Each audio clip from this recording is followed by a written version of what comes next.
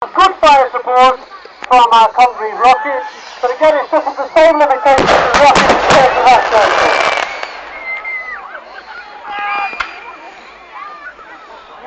And there you go again, moving very professionally. About the man in the red. Yeah. Like a modern infantry unit, like a modern fire team, our 95th rifles.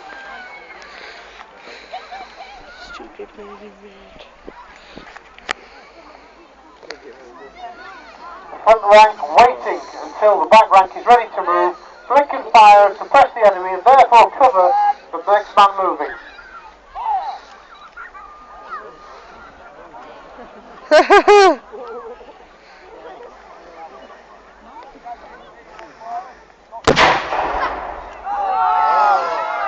Again, the return of fire from the artillery pieces off both sides. You see what I mean about the concrete system? It could fall very short. It's a sort of touch and go artillery system. And this time what's happened is the artillerymen have actually got the range and have actually used proper exploding shells and managed to take out 2 of our riflemen. But still, there is great danger because our riflemen are spread out, minimising the effect of the shells on them, unlike a block unit such as the redcoats in the background. Cannon, of course, is very effective. Now the cannons of the period are all muzzle loading, and they're all capable of throwing a cannonball up to a mile. You see again the whistle, which indicates the ranks to move. Now they're closing the range with that cannon crew, which is not what the French want.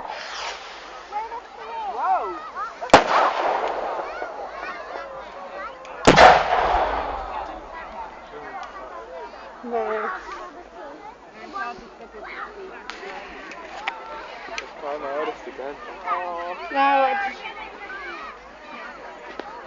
I was just wondering if the cannon crew are in fact loading with canister grape or whether they're still persisting with shell at this stage. But either which way, very professionally, our 95th rifles are moving on them.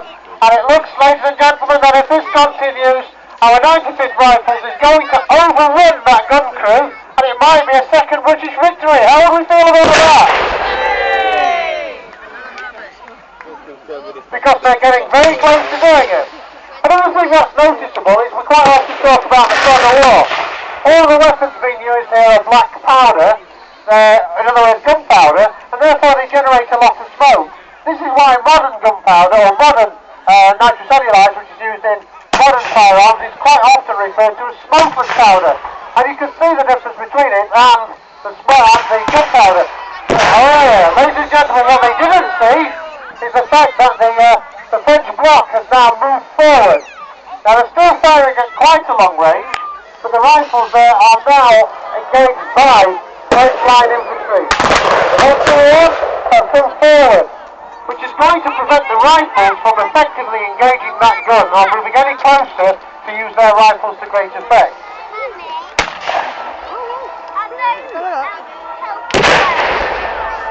That's cool.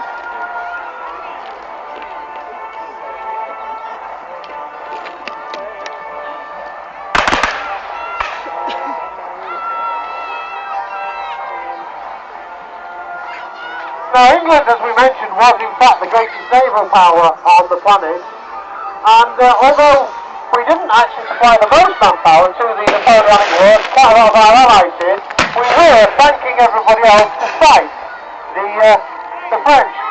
Now the benefit of this was the French had, of course, garrison everywhere and holes everywhere. Oh my, ladies and gentlemen, we have French troops. They're coming through the trees. Out of the trees to the flank of the riflemen. We have line infantry at 3 rounds a minute who are now on the flank of the riflemen.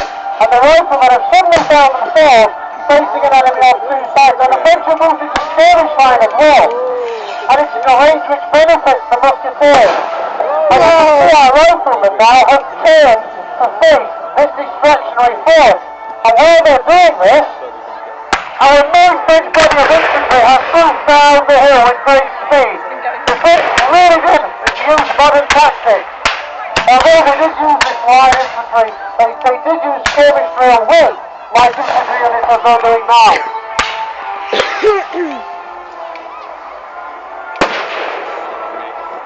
The riflemen here are engaging, if you can see. The French troops who've come out of the woods, French troops who've come out of the woods.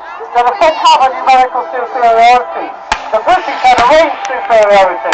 And what the French are doing is forcing the British to lose that range superiority. Also, the cannon can direct fire through the lines of infantry. The rocket system has a very crude ranging system, and it can't deal with changing of ranges. Once you set it to fire in the range, you've got to keep firing it and hoping it hits. So the faster the French move, the more ineffective they make the rocket system.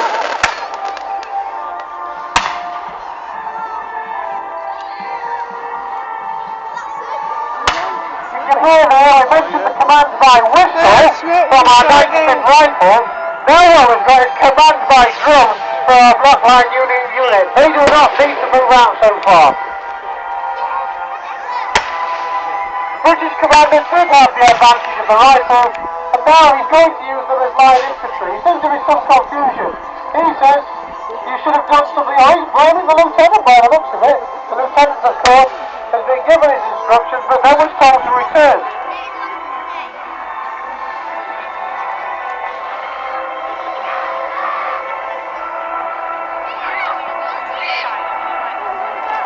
But of course, military tradition says very, very strongly that the British were almost, invincible. We've very, very confident.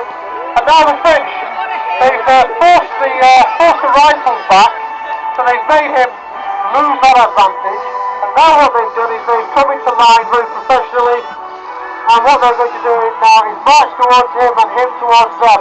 And what the French really want here is a slugging match. They want this 50-yard one-on-one, because there's an easy question of arithmetic here.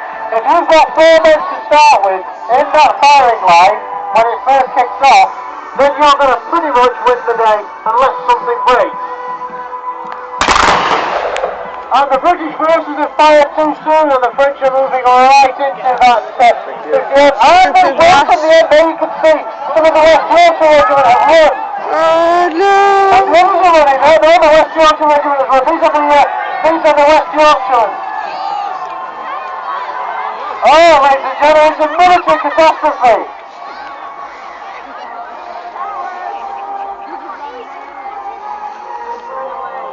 And the French have simply enveloped and captured the brigadier there.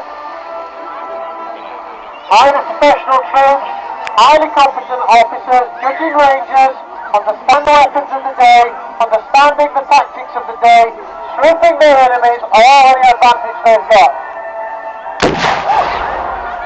Ladies and gentlemen, can we have a massive round of applause this time for